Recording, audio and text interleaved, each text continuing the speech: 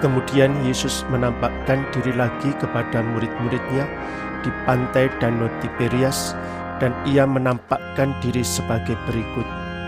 Di pantai itu berkumpul Simon Petrus, Thomas yang disebut Didimus, Natanael dari Kana yang di Galilea, anak-anak Zebedeus, dan 2 orang muridnya yang lain.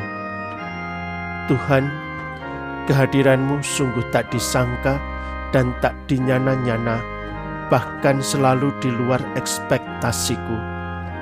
Dalam suasana yang khas dan bersahaja, tidak menghalangi kehadiran-Mu dan kebersamaan-Mu denganku.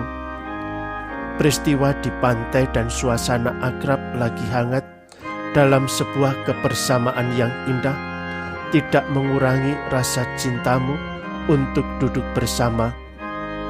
Hal ini mengingatkan aku akan sabda-Mu, bahwa barang siapa berkumpul dalam budaya bersaudara dan sambung rasa, Engkau hadir di tengah-tengah kebersamaan itu.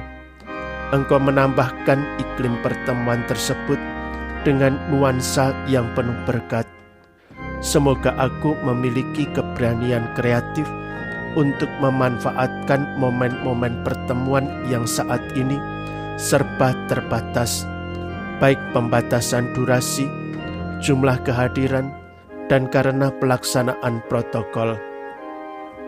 Aku percaya dalam hal yang serba ada pembaptasan kegiatan masyarakat, baik dalam ruang ibadah, doa, dan liturgi, maupun dalam pertemuan umum. Engkau akan hadir dan memberkati setiap pertemuan yang diupayakan, berkumpul untuk saling mengalami berkat dari-Mu. Maka lindungilah dan jagailah kami semua ya Tuhan, dengan berkat-Mu yang penuh kasih, Bapa dan Putra dan Roh Kudus. Amin. Pertama, masa lalu adalah kerjasama dan masa kini adalah paguyuban peradaban kasih. Aku tidak boleh lelah dan berputus asa mencari Kristus yang telah bangkit, yang memberikan hidup dalam kelimpahan kepadaku yang mau bertemu dengannya. Menemukan Kristus berarti menemukan kedamaian di dalam hatiku. Para wanita dalam Injil setelah awalnya digoncang, dan itu dapat dimengerti, mengalami kegembiraan yang besar dalam menemukan Sang Guru yang hidup. Di masa Paskah ini, keinginanku adalah agar setiap orang dapat memiliki pengalaman spiritual yang sama, menyambut di dalam hatinya, di rumahnya, dan di keluarganya, pewartaan kabar Paskah yang mengembirakan. Kristus yang telah bangkit dari antara orang mati, sekarang tidak lagi mati. Kematian tidak akan lagi menguasai dia.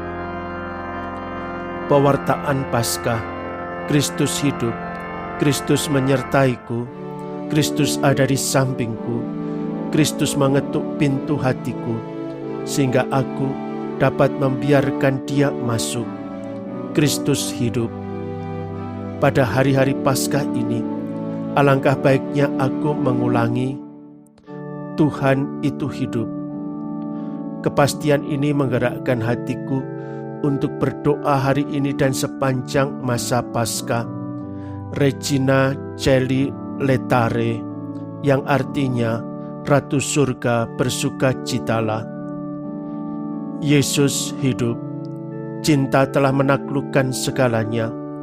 Semoga ini menjadi kegembiraanku juga. Yang kedua, berhimpun dan bersaudara untuk mengasah rasa solidaritas.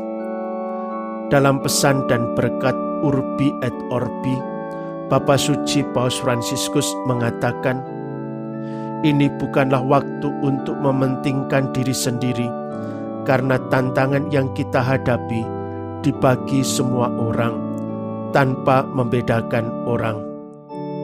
Setelah Perang Dunia Kedua, benua ini dalam arti Eropa mampu bangkit kembali berkat semangat solidaritas yang konkret, yang memungkinkannya mengatasi persaingan masa lalu.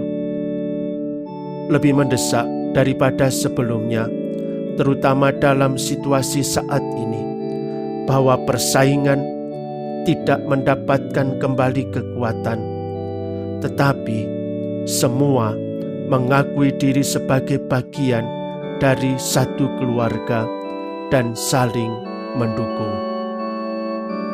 Jangan sampai kita kehilangan kesempatan untuk memberikan bukti lebih lanjut tentang solidaritas.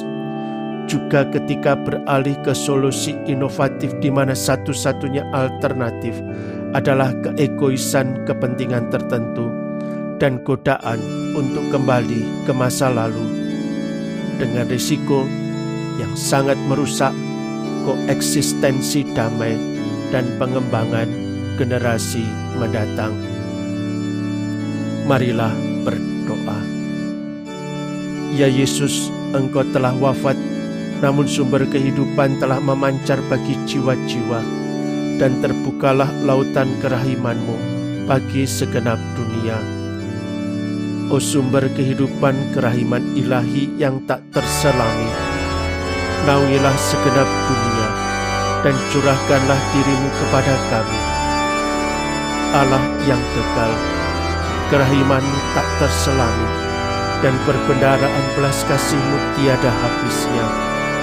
Pandanglah aku dengan penuh kasih sayang, perlipat gandakanlah dalam diriku kerahiman-Mu, supaya pada saat yang sulit, aku jangan putus asa atau patah semangat, melainkan dengan penuh harapan, menyerahkan diri kepada kehendak-Mu yang suci, yang adalah kasih dan belas kasihan semata-mata. Amin. Marilah berdoa, mohon bantuan Santo Yusuf, pelindung dan penjaga gereja. Terberkatilah Santo Yusuf yang senantiasa berjaga-jaga bagi keluarga kudus, baik pada saat pengungsian ke Mesir maupun dalam hidup sehari-hari di Nazaret.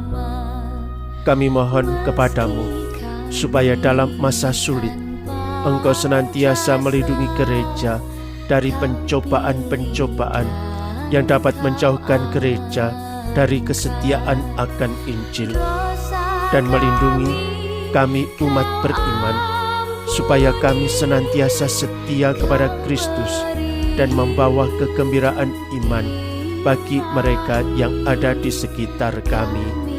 Amin. Santo Yusuf, uruslah keperluan-keperluan kami. Santo Yusuf, syukur atas bantuan-Mu. Santo Yusuf, doakanlah kami. Amin.